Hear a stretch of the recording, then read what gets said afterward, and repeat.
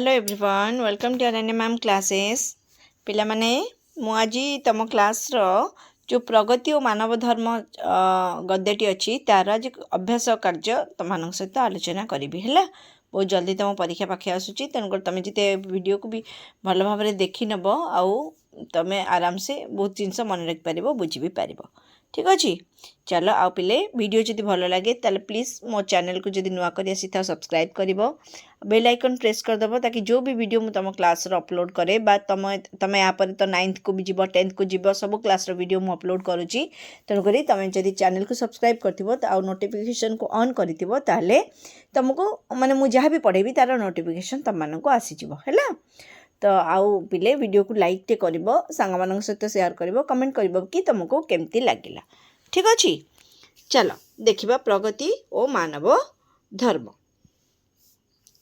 आस कथबार्ता हेबा first question देखिबा पिले जे आल्बर्ट स्वाइजर किए आल्बर्ट स्वाइजर जड़े विशिष्ट बुद्धिजीवी है दक्षिण पूर्व फ्रांस तथा दक्षिण पश्चिम जर्मनी सीमांत एक छोट सहर में से केबे जन्मग्रहण करते ना 1875 मसीह जन्मग्रहण करते से जड़े समाजसेवी लेखक और चिकित्सा केन्द्र प्रतिष्ठाता थिले शांति और बंधुता पाई से को पुरस्कार पाई ना नोबेल पुरस्कार पाई डाक्तर होते दर्शन और इतिहास विषय से 15 गोटी मूल्यवान ग्रंथ लिखिं बुझीला तो यहाँ को मोबाइल को धरब पढ़ीदेव बस है देख पिले सेकेंड क्वेश्चन को जीवा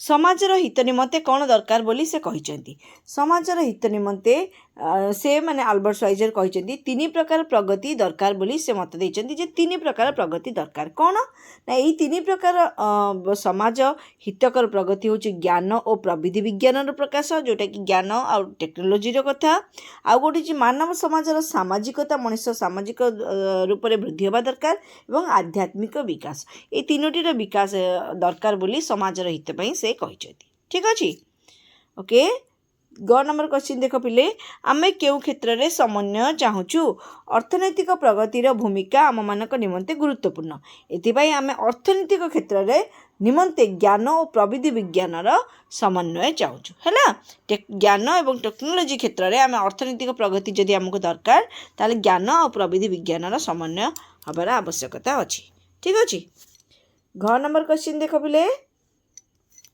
पाश्चात्य सभ्यतार लक्षण कौन बोली लेखक कहते ना प्रगति और मानव धर्म प्रबंध रे लेखक वैद्यनाथ मिश्र मन रख लेखक होती वैद्यनाथ मिश्र पाश्चात्य सभ्यता को व्यक्ति सभ्यता बोली कहते प्रत्येक व्यक्ति निजे निजर उन्नति पाई उद्यम करने पाश्चात्य सभ्यतार लक्षण बोली लेखक कहते जे व्यक्ति केन्द्रिक पाश्चात्य सभ्यता हूँ व्यक्ति केन्द्रिक सभ्यता जो थी कि केवल निजपाई आ निज परिवार पाई लोक उन्नतिकरण चाहती ठीक अच्छे तापर 1 नंबर क्वेश्चन देख आध्यात्मिकतार मौलिक विषयटी कौन आध्यात्मिकतार मौलिक विषय हूँ मनुष्य केवल विषय प्रति आसक्त न होई प्राण बा आत्मार विकास विषय भी किछि ध्यान देव ये हूँ आध्यात्मिकतार मौलिक विषय ठीक अच्छे बुझिपार 1 नंबर सरीगला तापर आम पिले 2 नंबर को जीवा देख 2 नंबर क्वेश्चन आस 2 बा 3टी वाक्यर उत्तर लिखा कौन ना ज्ञान और विज्ञान उभय परस्पर परिपूरक संपर्क में कि मत देइछन्ति मनुष्य मनरु संकीर्णता दूर करने निमंते ज्ञान दरकार एवं उत्पादन प्रणाली रे उन्नति करबा पाई विज्ञान मनुष्य निमंते आवश्यक है उत्पादन प्रणाली केमती माने बढ़िबो विज्ञान बल सुतरां मनर उन्नति और अर्थनैतिक जीवन प्रति प्रगति पाई उभय ज्ञान और प्रविधि विज्ञान दरकार होता है अर्थनैतिक प्रगति आउ मनर प्रगति पाई ज्ञान आ प्रविधि विज्ञान उभयर मिलित समन्वय दरकार ज्ञान द्वारा प्रविधि विज्ञान परिवर्तन और प्रयोग करा उभय परस्पर परिपूरक होता है बुझीगला पिले ख नंबर क्वेश्चन देख मनुष्यर सामाजिकता व्यापक हो पारिबा संपर्क में लेखक कि मत देइछन्ति मनुष्यर हृदयर व्यापकता उपरे समाजर व्यापकता निर्भरशील अटे यही कारण मनुष्य सामाजिक यथार्थ तार हृदयर प्रसारता बा व्यापकता द्वारा व्यापक हो पारिबो है मनुष्यर सामाजिकता केमती व्यापक होबो ना मनुष्य हृदयर व्यापकता जदि रहिबो ताले माने समाजर व्यापकता ता उपरे ही निर्भरशील होइଥାଏ ठीक अछि ग नंबर क्वेश्चन देख आम ग्राम्य जीवन कलुषित होबार कारण कौन। ग्राम्य जीवन में गोष्ठी जीवनर सत्ता नहीं। संप्रति ग्राम मात्र रही किंतु प्रत्येक ग्राम पारस्परिक कलह हेतु ग्राम जीवन कौन हो कलुषित होबारे लगी अच्छी। ठीक अच्छे। घ नंबर देख पिले लेखक धर्म कथा न कही आध्यात्मिकता कहीं उल्लेख कर। धर्म विषयटी पूरापूरी हूँ व्यक्तिगत। धर्म द्वारा वाद विवाद संवाद सृष्टि होउची। संप्रति धर्म मतामत सामाजिक विभेद सृष्टि करुथिबारु लेखक वैद्यनाथ मिश्र प्रगति और मानव धर्म प्रबंध रे धर्म कथा न कही ज्ञान कथा उल्लेख करी अछंती हैला। अथवा धर्म एक व्यक्तिगत प्रसंग। यह समाज रे मतान्धता विसंवाद और विभेद मतान्धता भी सृष्टि करे विसंवाद विभेद सृष्टि करिଥାଏ। कारणरू लेखक वैद्यनाथ मिश्र धर्म कथा न कही आध्यात्मिक कथा उपरे उल्लेखपात करिछंती हैला। घ गला तापरे उह देखिबा पिले वर्तमान समाज रे नाना प्रकार संघर्ष दूर करने को हेले आमको कौन करने को पड़िबो। भौतिक उन्नति प्राप्त समाज रे समस्ते समान सुविधा सुजोगरू वंचित हेबा द्वारा नाना प्रकार संस्था समस्या देखा मिलूँ। समाज रे देखाउथिबा ए प्रकार संघर्ष को दूर करने मनीष को निजर बहुमुखी आभिमुख्य को बदलवा को पड़िबो। सभ्यतार मानदंड को परिवर्तन करी मानव धर्म उपरे गुरुत्व आमे मनीष को मानव धर्म उपरे गुरुत्व दबा को हब हैला। बुझिपारला पिले। देख 3 नंबर क्वेश्चन टा बहुत बड़। एटा तमे निजे पढ़ी नब ओवरऑल विषयटा मु बुझेई देले तमे जानि परिबो। ठीक अच्छे। देख 3 नंबरटा क्वेश्चन देखा आम। देख आस 100 ରୁ 120 शब्द मध्य तलिखित उत्तर को लिखा। आल्बर्ट स्वाइजर प्रदान करथिबा प्रगतिर 3 गोटी स्वरूप को वर्णना कर लेख कौन ना ओडिया साहित्य जगतर जने विशिष्ट कृति प्राबंधिक हिसाब से वैद्यनाथ मिश्र होउछन्ती अन्यतम। तांकर लेखनी प्रस्तुत प्रबंध समूह यथा समाज सभ्यता शासन संस्कार सामाजिक मूल्यबोध आदि प्रबंध ओडिया साहित्य जगत को कौन करिछि ना समृद्ध करिबारे श्रेष्ठ भूमिका ग्रहण करिछि। शीर्षक प्रबंध प्रगति और मानव धर्म प्रबंधटी सामाजिक मूल्यबोध प्रबंधर यह होची अंश विशेष। मानव समाजर हित कामना परिप्रेक्षी रे आफ्रिका रे प्रतिष्ठित डाक्टर आल्बर्ट स्वाइजर मानव समाजर प्रगति स्वरूप निर्णय करी प्रगति निमित्त त्रिविध प्रगति पद्धति आवश्यक बोली अभिमत व्यक्त करिसेंती। प्रथम हेउची कोन ना ज्ञान और प्रविधि विज्ञान प्रसार। द्वितीय कथा होउची कोन मानव समाजर सामाजिकता और तृतीय होउची आध्यात्मिकता। ज्ञान और प्रविधि विज्ञान विकास संबंध में स्पष्ट सूचना प्रदान करने को जोई स्वाइजर कौन कहते। स्वाइजर व्यक्ति कहते जे मनुष्य मनर संकीर्णता भाव दूरभूत निमंते प्रकृष्ट ज्ञानर प्रयोजन। जे मनुष्य मनर जो हीन भावना संकीर्ण भावना अच्छी ता प्रकृत ज्ञान द्वारा ही दूर करा जाई पारिबो। उत्पादन पद्धति रे प्रगति निमंते प्रविधि विज्ञानर एकांत आवश्यक। टेक्नोलोजी दरकार जदि उत्पादन बढ़ाई अच्छी देशर अर्थनीति को सुदृढ़ करार अच्छी ताले टेक्नोलोजी दरकार। अर्थनैतिक प्रगति हेले ज्ञान और प्रविधि विज्ञान प्रगति संभव। जदि अर्थनैतिक प्रगति हुए ताले ज्ञान और प्रविधि विज्ञान संभव हो पारिबो। एतद व्यतीत मानव समाजर सामाजिकता प्रगति मध्य एकांत आवश्यक। यह प्रगति रे मनुष्य हृदयर प्रसारता तथा व्यापकता अत्यंत अपरिहार्य। याकू आत्मार विकास बोली कह जाई पारे। आध्यात्मिक प्रगति एक निर्दिष्ट धर्म नुहे बोली स्वाइजर स्वीकार करछन्ती जे आध्यात्मिक प्रगति माने गोटे निर्दिष्ट धर्म कथा कह जाउ नहीं। मनुष्यर प्रत्येक आध्यात्मिक व्यापकता आवश्यक। सेथिपई मानव समाजर परिवर्तन निमित्त विज्ञान और आध्यात्मिकतार समन्वयर आवश्यकता रही अछि। बुझिएला पिले। तापरे देख केवल पढ़िबो मन रखिबो सब जाक। सभ्यतार मानदंड बढ़ाइबा निमंते समग्र मानव जाति की प्रकार दायित्व रही। विशिष्ट शिक्षाविद प्राध्यापक तथा विश्लेषणात्मक प्राबंधिक वैद्यनाथ मिश्र ओडिया साहित्यर जड़े प्रतिभा संपन्न व्यक्ति। तांको लेखनी निश्चित प्रबंध समूह समाज और सभ्यता शासन और संस्कार सामाजिक मूल्यबोध आदि ओडिया साहित्य को समृद्ध करिछि। आलोच्य प्रबंध प्रगति और मानव धर्म प्रबंधटी सामाजिक मूल्यबोध प्रबंधर संगृहीत होइछि। पठित प्रबंध रे लेखक मानव सभ्यतार मानदंड परिवर्तन करने निमंते समग्र मानव समाज को कि प्रकार निहित व्यक्त रही तत्संपर्क में स्पष्ट सूचना प्रदान करिसेंती।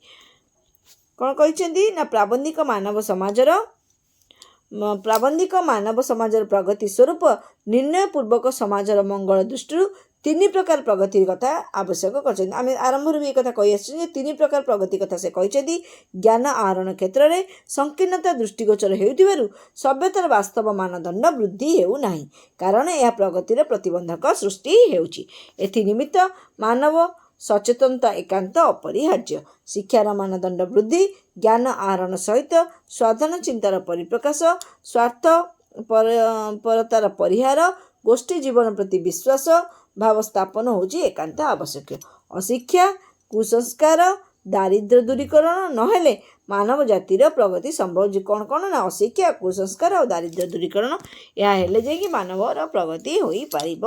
ହେଲା, ତାପରେ କ'ଣ ପିଲେ, ବର୍ତ୍ତମାନ ସମାଜରେ ଧର୍ମାନ୍ଧତା ମତଭେଦ ସୃଷ୍ଟି କରି ଅଗ୍ରଗତି କ୍ଷେତ୍ରରେ ପ୍ରତିବନ୍ଧକ ସୃଷ୍ଟି କରୁଅଛି।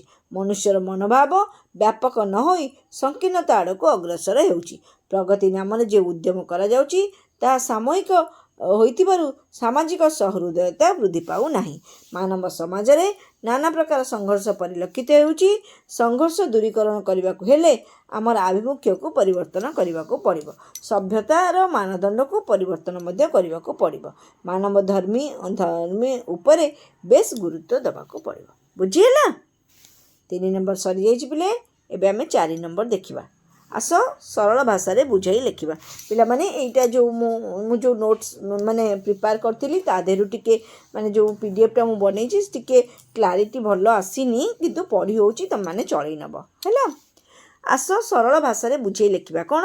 ସମାଜର ବ୍ୟାପକତା ହୃଦୟର ବ୍ୟାପକତା ଉପରେ ନିର୍ଭର କରେ। କେମିତି? ଆଲୋଚ୍ୟ ଗଦ୍ୟାଂଶଟି ପଠିତ ସାହିତ୍ୟିକାର ସଂକଳିତ ବୈଦ୍ୟନାଥ ମିଶ୍ର ରଚିତ ପ୍ରବନ୍ଧ ପ୍ରଗତି ଓ ମାନବ ଧର୍ମରୁ ଗୃହୀତ। ଉଦ୍ଧୃତ ଗଦ୍ୟାଂଶରେ ଲେଖକ ମାନବ ସମାଜର ସାମାଜିକତା ବା ସାମାଜିକ ମୂଲ୍ୟବୋଧ ପ୍ରଗତି ମନୁଷ୍ୟ ହୃଦୟର ପ୍ରସାରତା ଉପରେ ନିର୍ଭରଶୀଳ ବୋଲି ବର୍ଣ୍ଣନା କରିଛନ୍ତି। ପ୍ରାବନ୍ଧିକଙ୍କ ମତରେ ସମାଜର ହିତ ମାନବ ସମାଜର ସାମାଜିକତା ଉପରେ କ'ଣ କରେ ନା ନିର୍ଭର କରେ। ମନୁଷ୍ୟ ସମାଜରେ କେବଳ ନିଜ ପାଇଁ ବଞ୍ଚେ ନାହିଁ, ସେ ସମାଜ ପାଖରେ ମଧ୍ୟ ବଞ୍ଚେ। ସେ ଅନ୍ୟମାନଙ୍କର ତଥା ସମାଜର ହିତ ପାଇଁ ଚିନ୍ତା କରେ। ଏଥିପାଇଁ ତା'ର ମନର ବ୍ୟାପକତା ଦରକାର। ଯେ ନିଜ କଥା ଭାବେ ସେ କେବଳ ନିଜର ଉନ୍ନତି କାମନା କରେ।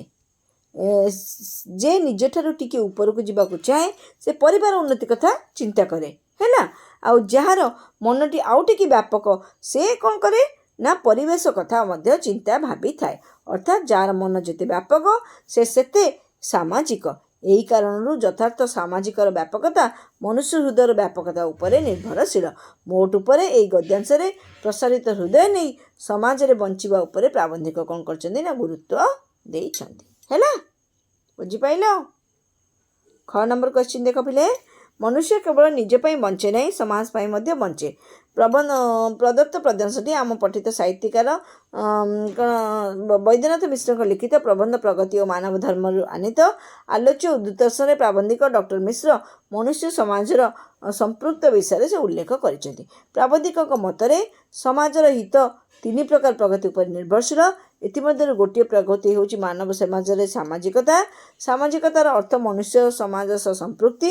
ମନୁଷ୍ୟ ଏକାକୀ ବଞ୍ଚେ ନାହିଁ, ସେ ପରିବାର, ପଡ଼ୋଶୀ ଗୋଷ୍ଠୀକୁ ନେଇ ସମାଜରେ ବଞ୍ଚେ। ବ୍ୟାପକ ହୃଦୟରେ ସମାଜରେ ଅନ୍ୟମାନଙ୍କ ପାଇଁ ମଧ୍ୟ ସେ ଚିନ୍ତା କରେ। ସେ କେବଳ ନିଜର ଉନ୍ନତି କଥା ଚିନ୍ତା କରେ ନାହିଁ, ନିଜ ପରିବାରର ଉନ୍ନତି କଥା ଚିନ୍ତା କରେ। ଏହାଛଡ଼ା ସେ ନିଜର ପଡ଼ୋଶୀ, ଗ୍ରାମବାସୀ ଲୋକଙ୍କ ସ୍ୱାର୍ଥ କଥା ମଧ୍ୟ ଚିନ୍ତା କରେ। ଏଥିପାଇଁ ମଣିଷକୁ କ'ଣ ହୁଏ ନା ସାମାଜିକ ପ୍ରାଣୀ ଭାବେ ଗଣନା କରାଯାଏ। ଯେ ଯିଏ ସାମାଜିକ ପ୍ରାଣୀ ଯେଉଁମାନେ ସମାଜରେ ବଞ୍ଚନ୍ତି ସେମାନେ ନିଜର ପରିବାର କଥା, ସମାଜ କଥା ମଧ୍ୟ, ନିଜ ଅଞ୍ଚଳ ଗ୍ରାମବାସୀଙ୍କ କଥା ମଧ୍ୟ ଚିନ୍ତା କରିଥାନ୍ତି। ଠିକ୍ ଅଛି। 11 ନମ୍ବର କ୍ୱେଶ୍ଚିନ୍ ଦେଖ। ଆଧ୍ୟାତ୍ମିକବାଦ ଜଡ଼ବାଦର ବିଷୟାସକ୍ତିକୁ ନିୟନ୍ତ୍ରଣ କରି ମନୁଷ୍ୟକୁ ବ୍ୟାପକ କରେ। କେମିତି ଦେଖ? ସଂସ୍କୃତ ଗଦ୍ୟାଂଶଟି ବୈଦ୍ୟନାଥ ମିଶ୍ରଙ୍କ ଲିଖିତ ପ୍ରଗତି ଓ ମାନବ ଧର୍ମ ପ୍ରବନ୍ଧରୁ ଆସିଅଛି। ଆଲୋଚ୍ୟ ଗଦ୍ୟାଂଶରେ ପ୍ରାବନ୍ଧିକ ଡକ୍ଟର ମିଶ୍ର ମାନବ ଜୀବନରେ ଆଧ୍ୟାତ୍ମବାଦର ମହତ୍ତ୍ୱକୁ ପ୍ରତିପାଦନ କରିଛନ୍ତି। ଲେଖକଙ୍କ ମତରେ ଧର୍ମ ଚେତନା ସମ୍ପୂର୍ଣ୍ଣ ହେଉଛି ଗୋଟେ ବ୍ୟକ୍ତିଗତ ବ୍ୟାପାର। ମାତ୍ର ଆଧ୍ୟାତ୍ମିକ ଭାବନା ଆତ୍ମାର ବିକାଶ ସହିତ ଜଡ଼ିତ ହୋଇଥାଏ। ଯଦି ଆଧ୍ୟାତ୍ମିକ ଭାବନା ସହିତ ଧର୍ମର କୌଣସି ସମ୍ପର୍କ ନାହିଁ, ଏହା ଗୋଟେ ଆତ୍ମା ସହିତ ଜଡ଼ିତ। ଆଧ୍ୟାତ୍ମିକତାର ମୌଳିକ ବିଷୟ ହେଉଛି ଯେ କେବଳ ବିଷୟାସକ୍ତ ନ ହୋଇ ପ୍ରାଣ ବା ଆତ୍ମା ବିଷୟରେ କିଛି ଧ୍ୟାନ ଦେବା। ଧର୍ମ ଅପେକ୍ଷା ଆଧ୍ୟାତ୍ମିକତା ଗୋଟେ ବ୍ୟାପକ ଜିନିଷ। ଧର୍ମରେ ବାଦ ବିସମ୍ବାଦ ବିଭେଦ ଅଛି, ମାତ୍ର ଆଧ୍ୟାତ୍ମିକ କ୍ଷେତ୍ରରେ ଏସବୁ ନଥାଏ। ଏଥିରେ ଭଗବାନଙ୍କର ଅସ୍ତିତ୍ୱ ବିଶ୍ୱାସ କରାଯାଏ। ଭଗବାନଙ୍କ ଆଶ୍ରା ମନୁଷ୍ୟକୁ ସାହସ ଓ ସାନ୍ତ୍ୱନା ଦିଏ। ବ୍ୟକ୍ତିବାଦୀ ମନୁଷ୍ୟ ଜଡ଼ବାଦୀ ବସ୍ତୁ ମୋହ ଦ୍ୱାରା ଆସକ୍ତ ହୋଇଥାଏ। ଜଡ଼ବାଦୀ ଭୌତିକ ବସ୍ତୁ ପ୍ରତି ଆକର୍ଷଣ ବଢ଼ିଥାଏ। ବିଷୟ ବା ବସ୍ତୁ ପ୍ରତି ଆସକ୍ତ ହେବା ଦ୍ୱାରା ବ୍ୟକ୍ତି ସ୍ୱାର୍ଥପର ହୋଇଯାଏ। ମାତ୍ର ଆଧ୍ୟାତ୍ମିକତା ବ୍ୟକ୍ତିର ଆତ୍ମାକୁ ପ୍ରସାରିତ କରିଥାଏ। ଆଧ୍ୟାତ୍ମିକବାଦ ବ୍ୟକ୍ତିର ଜଡ଼ବାଦୀ ବିଷୟର ଆସକ୍ତିକୁ ନିୟନ୍ତ୍ରଣ କରିଥାଏ। ଏହାଦ୍ୱାରା ମନୁଷ୍ୟକୁ ବସ୍ତୁ ପ୍ରତି ମୋହ ତୁଟିଯାଏ ଓ ସେ ନିର୍ଲୋଭ ହୋଇଯାଏ। ହେଲା, ଜଡ଼ବାଦୀ ବିଷୟ ବାସନାର ଆସକ୍ତିକୁ ଆଧ୍ୟାତ୍ମିକତା ହିଁ ନିୟନ୍ତ୍ରଣ କରିପାରିବ। ପ୍ରାବନ୍ଧିକ ଏହି ପ୍ରକାର ବିଚାର ବେଶ ମନୋଜ୍ଞ ହୋଇପାରିଛି। ବୁଝିହେଲା? ଏଇଭଳି ଭାବରେ ତୁମେ ଏହାକୁ ପଢ଼ିବ, ମନେ ରଖିବ, ସୁନ୍ଦର ଭାବରେ ପରୀକ୍ଷା ଖାତାରେ ଲେଖିକି ଆସିବ। 5 ନମ୍ବର କ୍ୱେଶ୍ଚିନ୍ ଦେଖ ପିଲେ। ଆସ ପ୍ରବନ୍ଧଟିକୁ ଅନୁଚ୍ଛେଦ ଅନୁଯାୟୀ ଜଣ ଜଣ କରି ଉଚ୍ଚ ପଠନ କରିବା। ଛାଡ଼, এটা ତମର ଏଇଟା କ'ଣ ପଢ଼ା, ଏଇଟା ତମର ପଢ଼ାପଢ଼ି କରିବ ନିଜେ କ୍ଲାସ୍ରେ। ଆସ ତଳଲିଖିତ ଶବ୍ଦ ପାଇଁ ଅର୍ଥ ଅଭିଧାନରୁ ଖୋଜି ବାହାର କରି କୋଠରୀରେ ଲେଖିବା। କ'ଣ? ଜୈନିକ ମାନେ କ'ଣ? ଆସ ତଳଲିଖିତ ଶବ୍ଦର ଅର୍ଥ ଅଭିଧାନରୁ ଖୋଜି ବାହାର କରି କୋଠରୀ। ଏଇ ଶବ୍ଦମାନଙ୍କର ଅର୍ଥ କ'ଣ? ଜୈନିକ ମାନେ କ'ଣ ନା କୌଣସି ଏକ ବ୍ୟକ୍ତି। ବେପରିଆ ମାନେ ଉଦ୍ଧତ ଭାବ। ସମନ୍ୱୟ ମାନେ ମିଳନ ବା ଐକ୍ୟ। ହେଲା, ପ୍ରତୀୟମାନ ମାନେ ଯାହା ଜଣାଯାଉଅଛି। ମତାନ୍ଧତା ମାନେ କୁସଂସ୍କାର ଭିତ୍ତିକ ଅନ୍ଧମତର ବିଶ୍ୱାସ। ଆହରଣ ମତଲବ ମାନେ ଗ୍ରହଣ କରିବା। ହେଲା, 7 ନମ୍ବର କ୍ୱେଶ୍ଚିନ୍ ଦେଖ। ତଳେ ଦିଆଯାଇଥିବା ବିଶେଷଣ ପଦଗୁଡ଼ିକୁ ବିଶେଷ୍ୟ ପଦରେ ପରିଣତ କରିବା। କ'ଣ? ଆଧ୍ୟାତ୍ମିକ, ତାର ବିଶେଷଣ ପଦ, ବିଶେଷ୍ୟ ପଦ। ହଁ, ଆଧ୍ୟାତ୍ମିକର କ'ଣ ହେଉଛି ଆଧ୍ୟାତ୍ମ, ଭୌତିକର କ'ଣ ନା ଭୂତ, ସାଂସ୍କୃତିକର କ'ଣ ନା ସଂସ୍କୃତି, ଗ୍ରାମ୍ୟର କ'ଣ ନା ଗ୍ରାମ। ହେଲା, ଗ୍ରାମ୍ୟ ହେଉଛି ଗୋଟେ ଗ୍ରାମ୍ୟ ଜୀବନ, ଏଟା ବିଶେଷଣ ପଦ, କିନ୍ତୁ ଗ୍ରାମ ମାନେ ଗାଁ, ଏଟା ବିଶେଷ୍ୟ ବା ସଂଜ୍ଞା ପଦ। ହେଲା, ସେମିତି 8 ନମ୍ବର କ୍ୱେଶ୍ଚିନ୍ ଦେଖ। ତଳେ ଦିଆଯାଇଥିବା ଶବ୍ଦଗୁଡ଼ିକୁ ବ୍ୟବହାର କରି ଗୋଟେ ଲେଖା ବାକ୍ୟ କରିବା। ପ୍ରଗତି ଲଗେଇ ଗୋଟେ ବାକ୍ୟ କର। ଜାତିର ପ୍ରଗତିରେ ଯୋଗଦାନ କରିବା ପ୍ରତ୍ୟେକର ଧର୍ମ। ତମେ ବି ନିଜ ମନକୁ ବାକ୍ୟ ତିଆରି କରିପାରିବ। ସମନ୍ୱୟ କ'ଣ? ଶ୍ରୀ ଜଗନ୍ନାଥଙ୍କ ପୀଠରେ ବୌଦ୍ଧ, ଶୈବ, ଶକ୍ତ, ଗଣପତ୍ୟ ଓ ବୈଷ୍ଣବ ଆଦି ଧର୍ମ ସମନ୍ୱୟ ଘଟିଛି। ସାନ୍ତ୍ୱନା କ'ଣ? ବିପଦରେ ପଡ଼ିଥିବା ବ୍ୟକ୍ତିକୁ ସାନ୍ତ୍ୱନା ଦେବା ହିଁ ମଣିଷ ପଣିଆ। ବ୍ୟାପକ ଅର୍ଥରେ ଯାହାର ମନ ଯେତେ ବ୍ୟାପକ ତା ଜୀବନ ସେତେ ସୁନ୍ଦର। ଆହରଣ କ'ଣ? ଯେକୌଣସି ଗ୍ରନ୍ଥରୁ ବିଦ୍ୟା ଆହରଣ କରାଯାଇପାରେ। ବୁଝିହେଲା? 8 ନମ୍ବର ସରିଗଲା। ତାପରେ 9 ନମ୍ବର ଦେଖ ପିଲେ। ଆଧ୍ୟାତ୍ମ ଯୁକ୍ତ ଇକ ଆଧ୍ୟାତ୍ମିକ। ଏହି ପ୍ରବନ୍ଧ ଥିବା ଇକ ପ୍ରତ୍ୟୟ ଯୋଗ କରି ଗୋଟେ ଲେଖା ତାଲିକା କର। ଅର୍ଥନୀତି ଯୁକ୍ତ ଇକ ଅର୍ଥନୀତିକ। ଆଧ୍ୟାତ୍ମ ଯୁକ୍ତ ଇକ ଆଧ୍ୟାତ୍ମିକ। ମୂଳ ଯୁକ୍ତ ଇକ ମୌଳିକ। ଅଧୁନା ଯୁକ୍ତ ଇକ ଆଧୁନିକ। ତାପରେ ସମାଜ ଯୁକ୍ତ ଇକ ସାମାଜିକ। ବ୍ୟକ୍ତି କେନ୍ଦ୍ର ଯୁକ୍ତ ଇକ ବ୍ୟକ୍ତି କୈନ୍ଦ୍ରିକ। ଭୂତ ଯୁକ୍ତ ଇକ ଭୌତିକ। ହେଲା, ତାପରେ 10 ନମ୍ବର କ୍ୱେଶ୍ଚିନ୍ ଦେଖ ପିଲେ। ଯେ ବିଷୟରେ ଆସକ୍ତ ତାକୁ ଗୋଟିଏ ଶବ୍ଦରେ କୁହାଯାଏ ବିଷୟାସକ୍ତ। ସେହିପରି କ'ଣ ହେବ? ଆସ ଲେଖିବା। ହେଲା, କ'ଣ ହେବ ନା ଯେ ନିଦ୍ରାରେ ଆସକ୍ତ ନିଦ୍ରାସକ୍ତ। ଯେ ଲୋଭରେ ଆସକ୍ତ ଲୋଭାସକ୍ତ। ଯେ ମୋହରେ ଆସକ୍ତ ମୋହାସକ୍ତ। ହେଲା, 11 ନମ୍ବର। ଆସ ପାଠ ଅଧାରେ ଶୂନ୍ୟସ୍ଥାନ ପୂରଣ କରିବା। କ'ଣ? ମନର ବ୍ୟାପକତା ଯାହାର ଯେତେ ଅଧିକ କ'ଣ ତାର ସାମାଜିକତା ସେତେ ଅଧିକ। ହେଲା, ଏଇଟା ବହିରେ ଦେଇଛି ଏ ପାଠଟା। ପ୍ରବିଧି ବିଜ୍ଞାନ ଭୌତିକ ବସ୍ତୁର ବିକାଶରେ ସାହାଯ୍ୟ କରେ। ଆଧ୍ୟାତ୍ମିକତା କ'ଣ କରେ ନା ଆତ୍ମାର ବ୍ୟାପକତାରେ ସାହାଯ୍ୟ କରେ। ଓକେ, ଗ କ୍ୱେଶ୍ଚିନ୍। ସେମାନେ ଯେତିକି ଅଧିକ ଜ୍ଞାନ ଆହରଣ କରିବେ କ'ଣ ନା ସେତିକି ଅଧିକ ସମାଲୋଚନା କରିବେ। ହେଲା, 12 ନମ୍ବର କ୍ୱେଶ୍ଚିନ୍ ଦେଖ। ତଳେ ଦିଆଯାଇଥିବା ଉତ୍ତର ମଧ୍ୟରୁ ଠିକ୍ ଉତ୍ତରଟି ବାଛି କୋଠରୀରେ ଲେଖିବା। पुस्तका युक्त गार कौन ना पुस्तकागार है पुस्तक युक्त आगार होची माने पुस्तकागार पुस्तक युक्त आगार पुस्तक युक्त गार पुस्तका युक्त आगार कौन ठीकटा कौन हम ना पुस्तक युक्त आगार माने ग नंबरटा हम ठीक है पुस्तकागार ठीक अच्छे 13 नंबर देख भूल थिबा शब्द गुड़ी को ठीक करी ता पाखरे लिखिबा कौन भूल शब्द ठीक शब्द असहिष्णुता कौन हम पिले देख भूमिका भूमिकाटा भूल कौन अच्छी हर्षकार भूमिका दीर्घकार हम ध्वंस ध्वरे अनुसार हम माने एटा ठीक हम ध्वर अनुसार दंतेश गोष्ठी स्पेलिंग होची दीर्घईकार शताब्दी होची दीर्घईकार है तापर कौन असहिष्णुता होची असहिष्णु स्नुटा एमिति हम स्नुटा एमिति हम सतले ओ हर्षकार साहस साहस साहस नुह साहस आकार हेनी है साहाଯ୍ୟ नुह साहाଯ୍य हम ठीक अच्छे सांत्वना होची नंत अंत बफला आकार सांत्वना हम सरी जाए पिला माने तुम चैप्टर टी मुझे तुम सहित डिस्कसन करदेली परीक्षा पूर्व तुम डिस्कसन को भी जब शुणीदेव बहुत किसी तुम मन रही थे थर जब वीडियो को बारंबार देखीदेव सब जाक मन रही है खातार लिखी पढ़ा कष्ट ये देखीदे क्लीयर अक्षर लिखाई पढ़ा सहज तेणुक तुम आराम से पढ़ी माने परीक्षा पे निजको प्रस्तुत कर ठीक अच्छे आ पिले वीडियो भल लगिले प्लीज गोटे लाइक करिवो कमेंट करिवो सांग मान सहित शेयर करिवो और चैनल नुआ थिले निश्चित निश्चित निश्चित भाव में सब्सक्राइब करिवो okay thank you bye bye.